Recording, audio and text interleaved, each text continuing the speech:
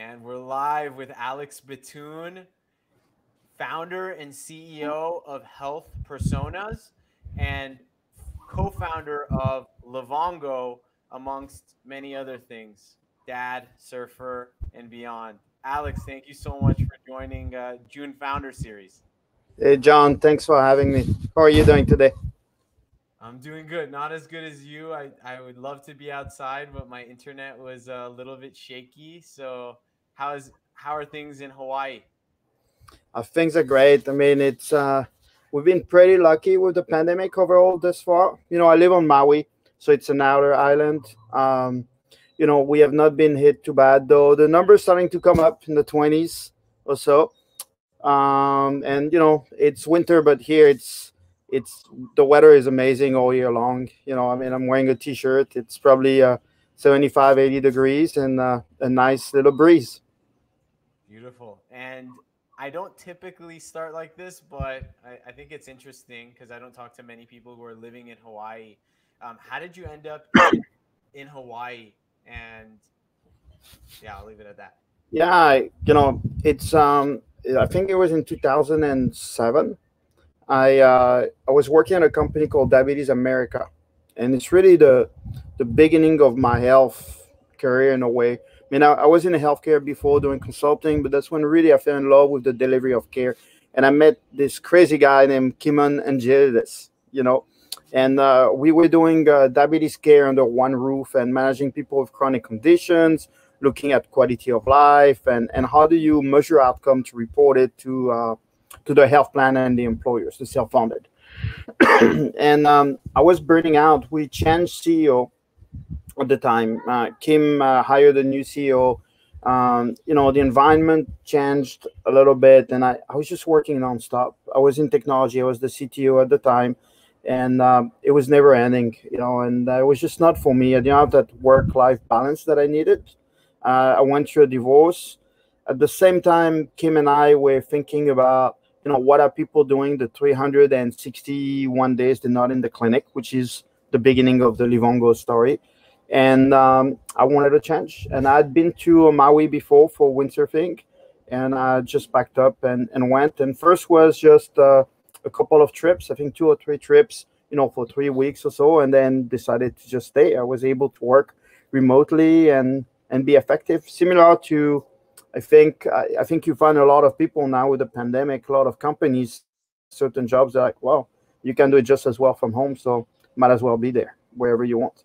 Yeah, I was just in Sayulita, Mexico, and it was crazy for me to see how many expats, remote workers, um, were there and had decided to just like lay their roots down there in Mexico, the warm weather, the surf. And I'm curious to see if that's going to be I think it's going to be a bigger trend. People moving into more exotic places where they can have a better quality of life. Yeah, I think it's part of that global economy, but I'm uh, I'm not sure. Mexico makes has different challenges. Other Yeah, countries, some of them, but you can. I surf, I take surf trip, and I do work on my surf trips. So as long as you get a good internet connection, it's all good. And the time difference sometimes works in your favor. You know. totally. And to rewind a little bit the clock in terms of Livongo, I'm sure some people are familiar with the big Teledoc acquisition of Livongo as of late. Can you tell us a little bit about the Livongo journey? How did that begin, and what did you guys accomplish as a company? Yeah, we started collecting. So we were experts in diabetes care, right, and chronic condition, and came at a wide wealth of experience and expertise, not only in all chronic condition, healthcare, medicine, but also, he was a biochemist. So, everything that's a device and how you measure blood glucose and those kind of things, he was very in tune with it. We started collecting blood glucose, and the idea was the following: how can you help people in between appointments? Someone with a chronic condition like diabetes, the recommendation, the guideline, which is a whole other conversation we can have, is about for them to come 4 to 5 times a year to a clinic. you know. Okay. And so they do an A1C every quarter. Once a year, they should do an eye exam, and those things are preventive measure to make sure that they don't escalate in, in disease progression and get sicker. And so, what if you could engage people at home in between those appointments? And that's really what the foundation was. And so, starting to collect blood glucose values. And I don't know how familiar you are with diabetes, but essentially, when you eat certain things, your blood glucose goes up and down, and you have insulin and things in your body that regulates it. And for the folks that, and so it's always at around 100 or whatever it is, And for folks that have diabetes, that regulation is not as working as well. So their blood glucose might go up and stay up, or it might be low and stay low, and those kind of things. I think it's a very simplified version. Hopefully, no physician's going to come correct me too much on this, but that's kind of the concept. And so if you can measure the variation of the blood glucose throughout the day, it is shown that it not only creates awareness on what food result to what kind of blood glucose, but also it's a good indication on how healthy someone is or risk that they might have. And so that's the path that we took. And so we started with, initially we had people enter it manually on a mobile app that we built, and back then, building a mobile app was, go ahead. Sorry, what year was that when you guys built that initial? About 2008, 2009, something like this, And when you look at mobile app at the time, there was more J2ME, so Java Development Kit, and, flip phones, and you have all kind of phone, no common interface. These days you have Android and iPhone, and that covers 90% of it. But back then you had all kind of brands, all kind of different interpretation of what Java was. And so that was quite a bit of work to make it work on all devices, Eventually, we started partnering or looking at devices like Johnson & Johnson that had a Bluetooth, Bluetooth feature, and trying to connect so that people could measure their blood glucose in the device the way they did, and then the value will come to the mobile application via the Bluetooth, and then upload to the network. And then from there, as we got those values, then we could reach out to them. Hey, you have a high blood glucose value. And we had like a certified diabetes educator calling them directly and saying, hey, I noticed that your blood glucose is elevated. Here's how do you feel, and work with them through it to kind of reduce that blood glucose, get them back on track, and maybe provide long-term education value. Eventually, what's happening is as you go further down that path, you're trying to remove the barriers to entry. Someone has to test their blood glucose, has to do the Bluetooth. It was kind of cumbersome, and it was working for some, but a lot of people, the average age was, let's say, maybe 55, 57. They did not necessarily yet know how to pair the Bluetooth and those kind of things. And you keep in mind the technology back then is not what it is today. There's a lot more errors in those devices and so forth. And we finally embarked. We were at a conference, and I remember Kim saw a GPRS kind of chip manufacturer, and what they did is essentially something you put in a device so that you can communicate over the network, and that was it. After this, we went on building devices. We built a pedometer. I actually forgot about that, and then with an accelerometer chip. And then finally ended up partnering with two companies to build a blood glucose meter. And so essentially what we did, we OEM a blood glucose sensor, something that measured the blood glucose already, and that was FDA approved, and put it inside a device that had a nice touch screen and that GPRS module, so we could communicate to the network and have two-ways communication. So that's essentially the beginning of, I think, of it, in a way where we started getting more engagement as people tested. The value came real time. We were able to do that coaching real time, which not only was good still for that educational and long-term piece, but now you could reduce ER visit potentially, and you can start automating things, automating messages and doing all that AI stuff that Livongo is doing.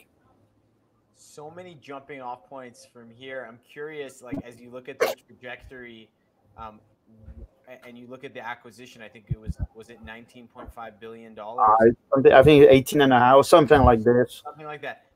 What do you think Teladoc saw in the product in terms of making that strategic acquisition? That's a question more for Glenn Tolman, Okay. because once you get past, we took it to a pretty solid company, Series A, Series B. I think I was still around, but Glenn is to be credited for that growth and that broader approach. I think we had developed a very good product for diabetes, and the product is pretty similar. The concept. I think there's more AI and more automation in the back, but that piece is pretty much the same. We had already thought about other chronic condition, and mostly Kim, was already on that, and which order laying that path, but taking it to that next level and selling it to all those employers and growing that need for that customer base. I mean, this is Glenn was amazing at this. I mean, and the team that he put together. Same thing with the evolution of the product. You got other guys like Amar, Jennifer Schneider, and many more. That Amazing team, right? that really created that. Mike Bullis in the tech and those guys. So Well, I guess fast forward, Alex, for you and what you're building now with health personas. Um, sorry Please. if I say on the teledoc, what I think they saw a business that was very high margin, very efficient, and very high quality for the people that have chronic conditions. They saw very deep relationship with some of the health plans, and it was a natural evolution. Either Livongo can go toward the healthcare and the physician piece. Remember there was mostly diabetes educator, and it's like clinical, but kind of right at the edge, right? Or Teladoc can go and specialize more into the chronic condition, which is a huge cost and challenge in the US and even worldwide. So I think that made sense for them. I think in the process, the higher price tag probably with the growth rate of Livongo and the technology, the AI, the differentiation that they put in the market. So that would be my guess. But again, maybe you can ask Glenn or one of Yeah. those guys at Teladoc. Glenn is the current CEO. He was the CEO, I think, until then a guy named Zane, nice guy, came and took over. But I want to say about a year ago, right before going public, Glenn became the chairman of the company, and I Yeah, think yeah, yeah. now I don't think he's got a. I mean, I'm sure he's got some kind of role in the merger in the company, but I don't know if he's got an everyday kind of job. I think he's on to Yeah, working to new things. I was listening to a podcast with Glenn and found it interesting that his daughter, I think his daughter, he's the one that his daughter was struggling with diabetes. Is that I think his son Sam, his nice son, guy. Yeah, son, and then he's also been doing a lot of philanthropy in that whole world. I'm curious for you, Alex, how as you got into the healthcare space, and it sounds like you've been in there for quite some time, how did your own interest and focal point evolve based off of what you were seeing in terms of people, whether it was behavior change related, health outcomes related, and thinking about where you could make and create the most amount of impact and a dent um, with your work? yeah. I think that what I've noticed is that the way healthcare, you cannot just come and put a technology company and change things. There's like an established system that's very delicate, and you need to start from there and kind of move away slowly and surely. But completely changing things is not that easy. It's not just technology solution. What I think, I was on a very big thinking process of, you put everybody on the device, you measure their biometrics, and you give them messages, and because they're going to understand it's better for them, they're going to change their behavior and do it. you know and I think it just does not work that way. I think that eventually that system of that guideline, that compliance kind of model, first does not apply to everybody. It does not take into consideration the context in which people live. And so now you're starting to hear about social determinant of health, and those kind of things, which make sense. If someone does not have money to buy blueberries, then don't recommend them to eat blueberries because it's good for them. You gotta be able to adapt, right? And those kind of things. So social context is important. The behavior and natural trail behavior context is important. That's what I'm mostly focused on these days. Now I'll talk about it. And I'm realizing that that model of, hey, because it's good for you and the doctor said it, you have to do it, it simply does not work. For most people, it just does not work that way. So I am actually departing from this, and what I'm trying to do with health persona is to really understand the way people see the world, and our natural trait of behavior. So, am I an optimistic person? Do I have resilience? Do I adapt to situation? And we all different. We all see the world differently, and it's not good or bad being, optimistic or pessimistic. I mean, we have a bias as a society, but there's nothing wrong with seeing the world in a negative way. I think it makes someone's life tougher, but there's nothing wrong with it. And when I see all those things, they really affect the way we see life in general. It goes along education, it goes at your job, it goes into healthcare. It's no different.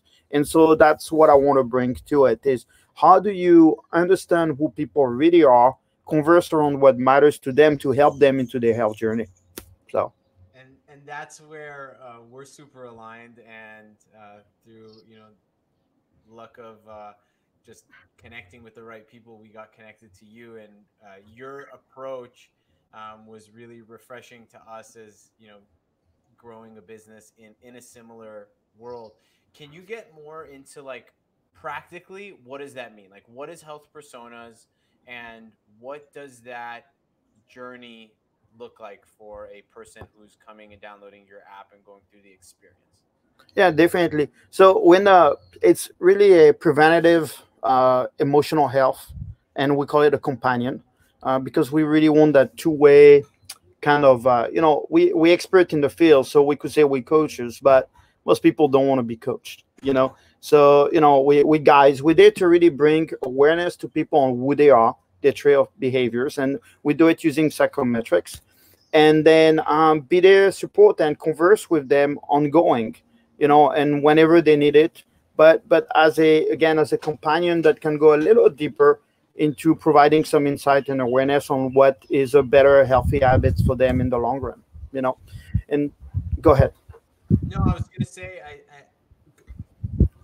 digital therapeutics, and behavioral health, mental health, as a technology platform, that whole space has popped off. So as you've looked into products, what have you made an effort to focus on doing differently? Yeah, mental health is a very broad space, and I think that's where I'm going to give you the main points of differentiation. So it's a very broad space, and a lot of us, especially in the older generation, we associate with Jack Nicholson in Fly Over Cuckoo's Nest. He's a very mentally ill patient, and that's what we think about mental health. So that's why we don't want anything to do with it. That's the stigma that everybody hears about. If you look at the space, there's a lot of companies out there, and good companies. There's Spring Health, there's I think Ginger, there's where else? The Lyra or Lyra, I don't know, they say it, and there's a few of those, that really focus on or talk space, and all it is the same model, like the therapy model that exists today, but you're able to do it remotely. They're more conveniently via an app, via FaceTime, and talking to, again, that licensed therapist that does the normal CBT kind of treatment. And on the other end of the spectrum, you got all the calm and the self-directed, I want to do meditation, improvement, healing, and so forth of myself, and it takes for you to do it. But we saw a niche to address the people like you and I. We work, we have stress ongoing, me, maybe the kid, work, the pandemic, whatever it is, financial, romantic. I don't need therapy. I don't need to see a psychologist and get drugs for it. I want a more natural path. I want to talk to someone that can bounce ideas with me, create some awareness, and kind of guide me in the right direction for self-improvement, and that's really the niche that we're going after. And we don't use a bot. We use real people. We empower them with AI. We augment them with AI. But the bot idea is that, I don't know if you've talked to those. I feel they're not very fulfilling for me. I know I'm not talking to a human, and it kind of bothers me. How are you going to treat loneliness by sticking people in front of a computer, you know. Yeah, So, I don't think we're there yet. And when you think about the approach, Alex, with Livongo, I'm sure you were, you know, thought about this a lot. But why go through employers and maybe even through health insurance carriers or providers as opposed to going direct to consumer? What does that mean for you guys from a behavior, from a strategy perspective and a impact perspective, trying to touch them as many lives as possible? yeah. So I think it's, there's different ways to. I mean, the first thing is obviously from a CAC standpoint and an investment standpoint, that distribution channel, it makes it a better, more efficient business to go after employers or health plan. You can literally market to thousands or hundreds of thousands of lives with one client, as opposed to go and do it one by one in the ads. I think that's an important reason why a lot of businesses go that route. And you look at a health plan, they already have relationship with the patient, the physicians. You look at an employer, when they send you a message as an employee, if you work for a good company, you want to believe that that is something good for you, and I think you can relate. You guys do. Totally. You guys go after the employers, so you have the same thing, and you're trying to do the same thing. The people that genuinely vested in the wellness of the employees, and whether they do it for the pure wellness of the employee or putting it as a benefit because they think that in the long term it's going to have a return on investment, whichever. So Something that's been exciting for me and for our team is reaching a consumer that you wouldn't have reached otherwise and getting in front of them and giving them a strong incentive to maybe make a lifestyle or behavior exactly. change has been a big focus. Like when we did our first product, it was very much targeted towards the healthy person.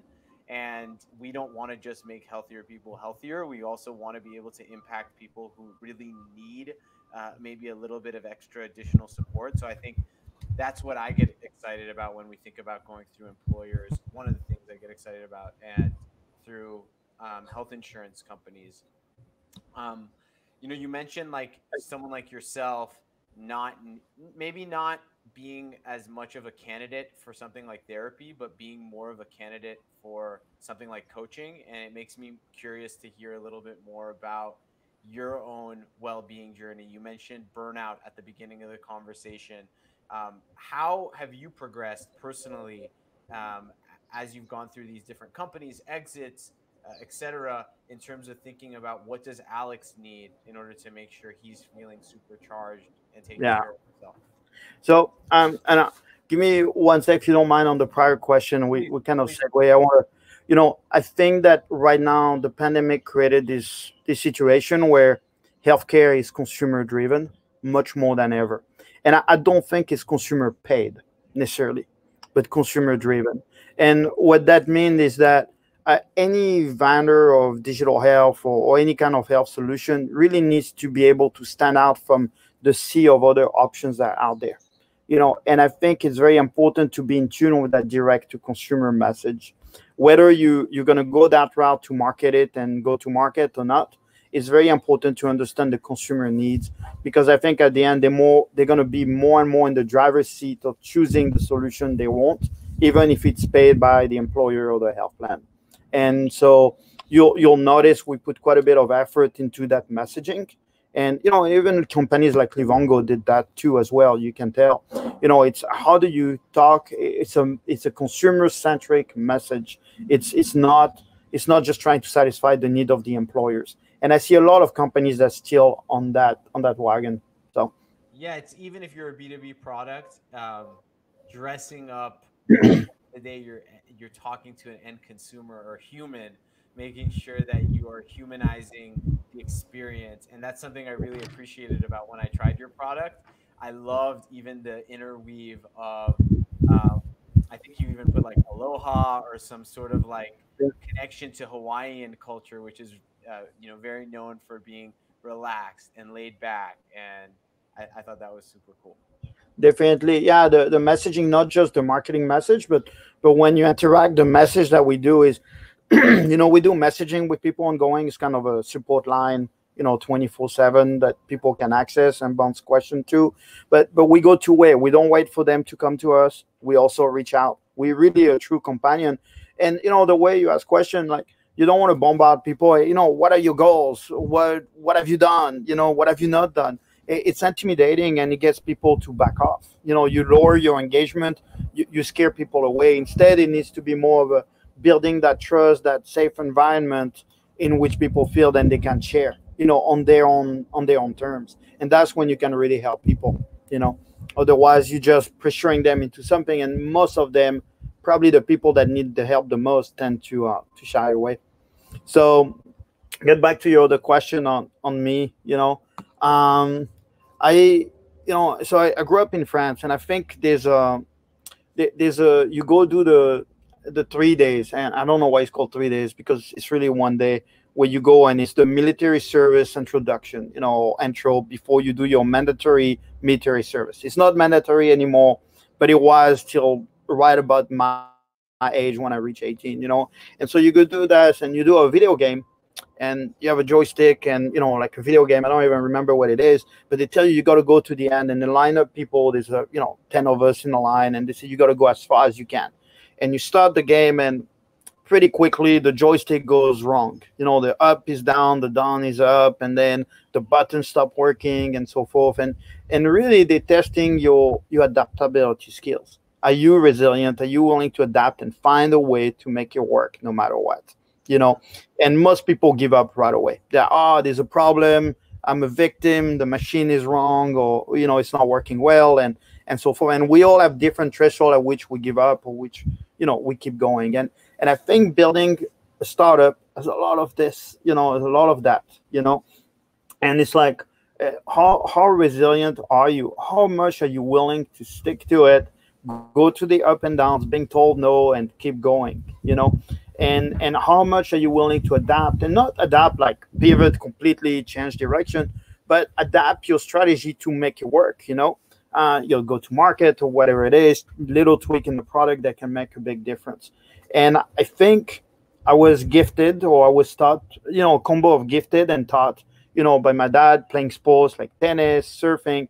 Those things teach you so many life lessons. And I think that I've been pretty gifted in having a very high level of resilience and a very high level of adaptability overall.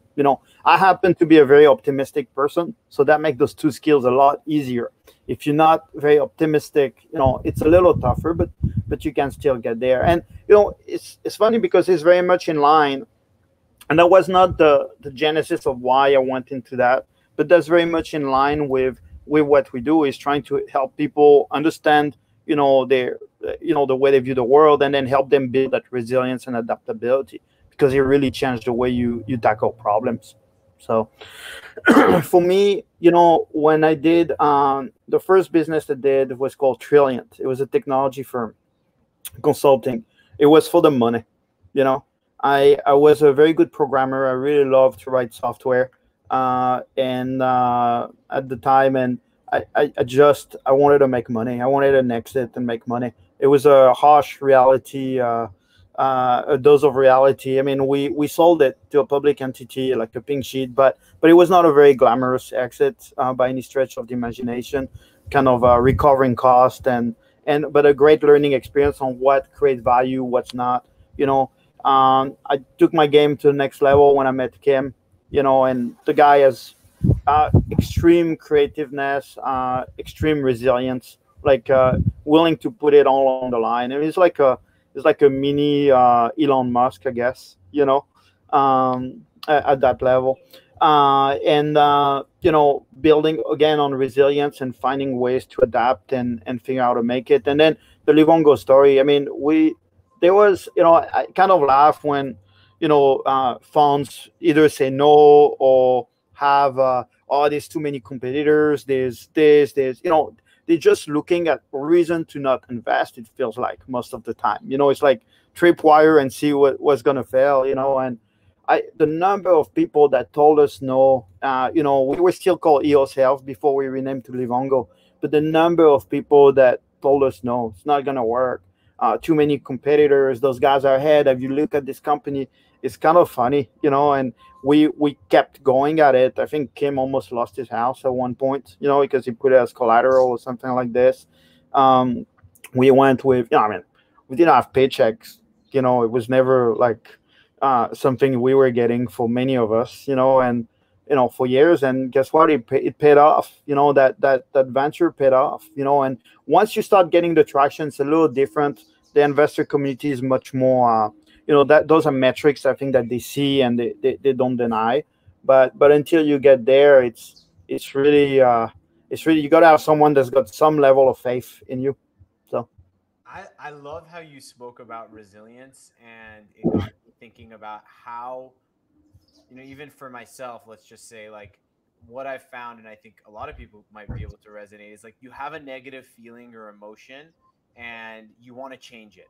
You want to immediately change it instead of like sitting with it somewhat and using it as a teacher and understanding that the darkness and the low points are just like part of the journey. And I'm curious, how do you, thinking about like resilience as something that's taught? It sounds like it was somewhat inherent to you in a product like Health Personas. How do you teach, train, coach something like resilience? Yeah, but think about. I'm going to take a simple example on just awareness, right? You know, if if you're optimistic, you have a certain level of resilience built in, right? Because in every situation, you're like, oh, I'm gonna get out of it. I'm gonna find a way. I'm thinking positive, so it's all good. But take someone that sees the world in a negative outlook. I'm trying to avoid the word pessimistic because of the negative bias that society has on it. So you see the world in a negative outlook, and for most people, they believe that it's a wrong thing to do. They should be, oh, you should be more optimistic, and it's not the correct way. But instead, what if you taught someone, the way you view the world is tends to be in a half glass, the glass half full kind of way, you know, and that prevents you from assessing yourself and where you at fairly. You're actually too tough on yourself, you know just that in creating someone the idea that, oh, I'm never going to get a good job again, and then I'm like, I tend to be very negative on myself. I probably will get a good job, I just don't see it right now. Suddenly I just build more resilience just with that, right? And so that's a simple example where just having some kind of awareness on who you are, how you see the world can really help. Obviously, you think about pro sport athlete that scored that 3-pointer like 1 second before the end, or hit the ace on tennis when they break point down and do it over and over. And after a while, those guys get that belief that every time they're in that situation they can do it.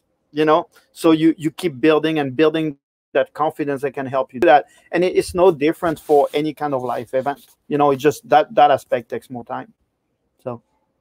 Totally changing the topic on you, Alex, Okay. but I'm just interested in terms of like what has inspired you to become the person you become. What books have you recommended the most to friends? I really, there's a book that I read for me that was very important. It's The Mismeasure of Man. Okay. It's by Stephen Jay Gould.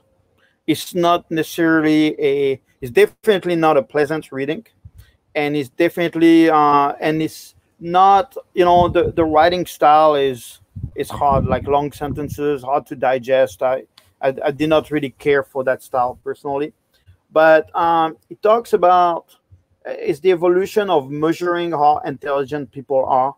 And there's some ugly things such as cranial studies where they put I think plaster in it to measure the volume in a skull, and see how big someone's brain is, and cheating based on race, to try to prove that, let's say, white was smarter than blacks and so forth. Then going into development of IQ test, and the IQ test was not meant to measure how smart someone is.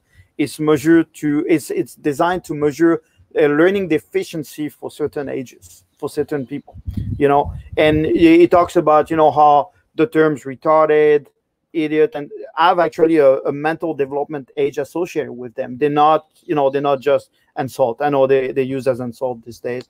And it really makes you, it really opened my mind to thinking about, you know are we, always questioning. You look at healthcare, and the model was all about comorbidities and risk scores for, who has the clinical conditions. Is that all there is to the story? Is there more? And it got me to challenge all those things.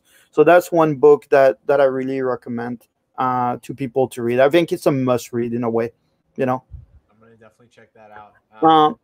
there's one reading that I've told. It's not a book. It's just a passage of a book.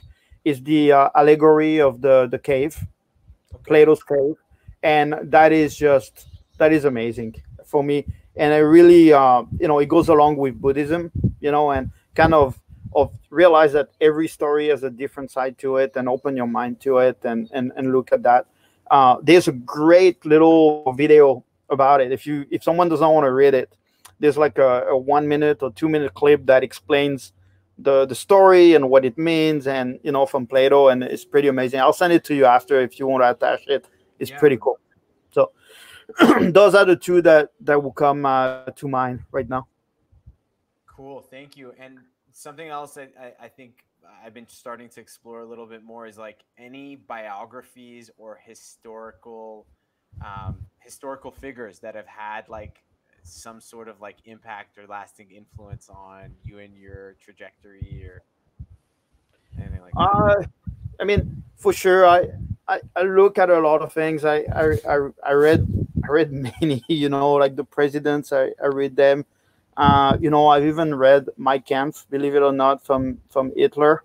And I thought that was it's very interesting as a lesson learned. And how the brain can go in that direction or not. And in that crazy horrible thing, there's also some, I hate to say it, but some kind of genius in the execution, I guess, of it. um, but if I had to pick, I don't know. Those were all like extremely good learning. I think Einstein, I really like to read a lot about Einstein, and I think Thoughts and Ideas by Einstein. I don't know if it's not really a biography, but he talks about a lot of different topics and ideas in short essays. And it's always amazing. The clarity of thought that this guy had was pretty amazing, you know. So another one to think about. Great. Yeah. Thank you. Thank you. Those questions just came to me. I was like, I wonder, Yeah, I know. Alex is a pretty like thoughtful, interesting guy. I'm wondering like what has influenced him. Um, Alex, I'm so grateful for you taking the time out of your Wednesday to chat today. Anything else you want to leave us with or mention before we sign off? Yeah. First, I thank you for having me on the show. What shaped my life, if you want to know, is I think the two culture being growing up in France, the kid of parents that came from North Africa. So I had to integrate into that society. Luckily, they were physicians, so that really helped from the societal standpoint. Are you Moving to the U.S. by myself, young. Go ahead. is that Come Tunisian? again. Moroccan. Moroccan. Cool. Yeah, another French colony at the time. Uh, but moving here at a young age, I think being thrown at life, going from my spoon-fed life to a little bit more of roughness, living with Hispanic in poverties, and discovering really a different aspect of life really opened my mind to a lot of things. Always reading, and then more recently at the age of 40s, my daughter, when I had my 5-year-old. Now I'm 45. Coco. That was I think that's the they say that you're there to teach them, but I think they teach you just as much. You watch them grow up, but life. You know. Yeah, you cut out, but I was hearing you talk about your daughter, and um, I'll just leave it as like Alex. You're one of the most humble, Uh, successful people we've met and surrounded ourselves with. So we're grateful for all your ongoing support, mentorship, and excited for more people to work together, maybe more formally with health personas and impacting people's well-being in the employer market, in the health insurance market. I think can't wait until we can meet in person and go surfing. And thank you for all the work you're doing, and thank you for being here. And looking forward to sharing your story and what you built and what you're building. Thank you, John. And you know what I love to do too is maybe you want to be on the right side of the screen, and I'll be on the left side, and I can interview you on your founder series as well. I love to do it for an informal chat. I would love Yeah, that. just let me know when, and we'll do it. I was gonna say you can say hi to Coco, but she's not hearing me, so I guess you'll have to see her some other time. Okay. Okay. I look forward to meeting you, Coco. Okay, she's coming. Oh, awesome. Come here. Come say hi. Oh, there you go. This is Hi, Coco. Hi. Hi, nice to meet you. Oh, she's watching a show, so we disturbed her. Anyway, Awesome. thank you, John. Thank Have you. a great day. Okay, bye bye.